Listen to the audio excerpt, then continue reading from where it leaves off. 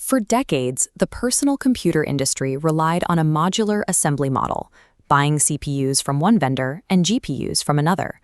Apple chose to consolidate those parts, designing its own silicon from the atomic level up to create a single, unified systems architecture. When Apple introduced the M-series chips, they ignored the industry trend of chasing pure clock speed. Instead, they optimized for a different engineering goal: maximizing the efficiency per watt of every calculation.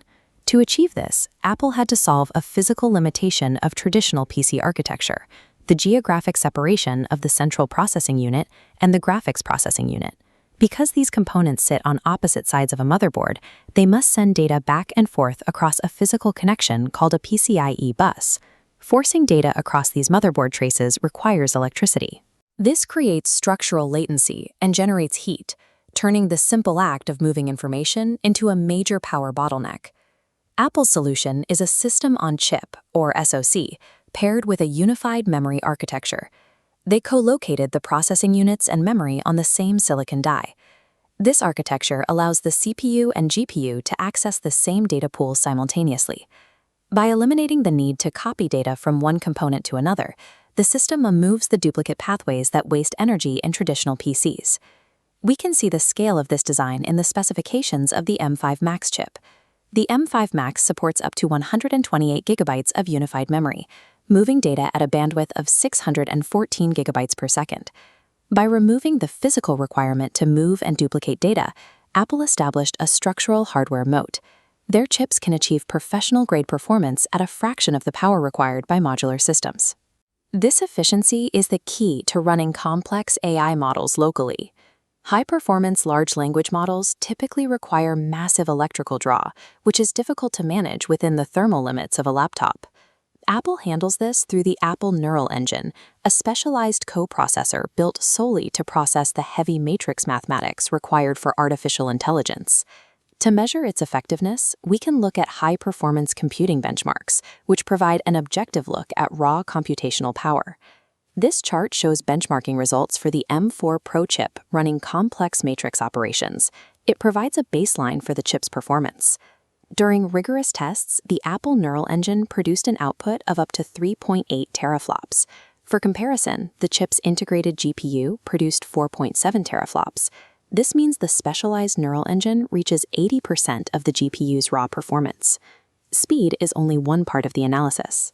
The critical factor for on-device AI is the amount of electricity required to reach those speeds. When plotting performance against power draw, the GPU requires 24 watts to run these operations. The neural engine achieves its 80% performance parity while using only 5.2 watts. Shedding nearly 80% of the power requirement means a device can run advanced AI tasks without triggering thermal throttling or rapidly draining the battery. This extreme efficiency per watt is the only mathematical path to processing AI locally. It removes the need for mobile devices to rely on massive, power-hungry cloud servers. This silicon serves as the foundation for the software layer. The operating system acts as the invisible thread translating hardware power directly into user features. Operating systems like Windows or Android are hardware agnostic. They must support thousands of different third-party components, which forces them to carry significant amounts of generic, inefficient code. macOS and iOS avoid this efficiency tax. Because they are written strictly for Apple's proprietary silicon, the code is optimized for the exact hardware it runs on. Apple extends this advantage to developers through frameworks like Swift and SwiftUI. These tools allow developers to write a single codebase, deploying identical structural logic across an entire fleet of iPhones, iPads, and Macs. This shared architecture is what enables continuity, the suite of features that allows different Apple devices to function as a single unit. Users copy an image on their phone and paste it on their laptop via universal clipboard, or use an iPad as a wireless secondary display for a Mac. Replicating this experience in a multi-vendor environment requires high-friction workarounds.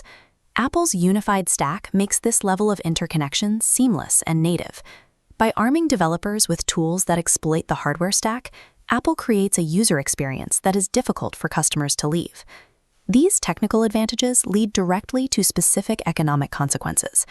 As a user adds more iCloud data, purchased media, and proprietary services to their account, the inertia against switching to a competitor increases. This chart maps the structural barriers to exit within the Apple ecosystem. Every new device added increases the complexity of leaving. 2026 data reveals a 92% iPhone retention rate. Calculating the total cost of switching, devices, data, and software, the barrier often exceeds $10,000. Managing this complex, integrated system on a global scale is the primary focus of Tim Cook.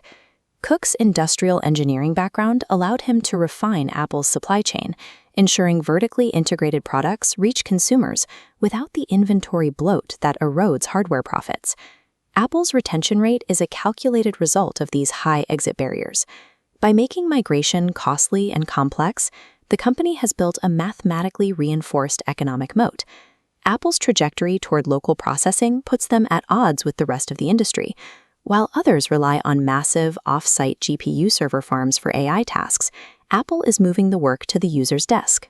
Sending sensitive user data to the cloud creates security vulnerabilities and introduces network latency. Local processing removes these risks entirely. This is the core design of Apple Intelligence. The system is built to process requests on the device itself whenever possible. When a query enters the system, the CoreML software framework acts as a gatekeeper. It identifies if the task is a machine learning workload and routes the query directly to the local neural engine rather than the internet. This localized routing is a practical execution of the company's data minimization principle. Data that never leaves the device cannot be intersected or misused by third parties. Apple enforces this privacy standard on third-party developers through privacy nutrition labels in the App Store, which explicitly list every data type an app collects. Furthermore, the operating system intercepts unauthorized data brokering with app tracking transparency, forcing developers to ask for permission before they can track user activity. By processing complex math on custom silicon, Apple transforms privacy from a marketing claim into a verifiable structural engineering reality. The Vision Pro represents the ultimate stress test of this unified architecture, requiring high-fidelity 3D environments to be rendered in real time. To achieve this, the system requires near-zero latency. Any delay between a user's movement and the display's reaction causes a breakdown in the experience. Only the combination of custom silicon, high-bandwidth unified memory, and a dedicated neural engine can manage these intense data requirements, while remaining efficient enough to be worn on a user's face. Apple's multi-decade trajectory has been a lesson in long-term systems architecture. By controlling the entire stack, from the sub-nanometer logic gate to the final consumer interface, the company has removed the structural friction that slows down modular competitors. Vertical integration is the only structural framework capable of managing the thermal and data demands of the AI era. It allows Apple to deliver localized, high-performance computing at a scale that others cannot match.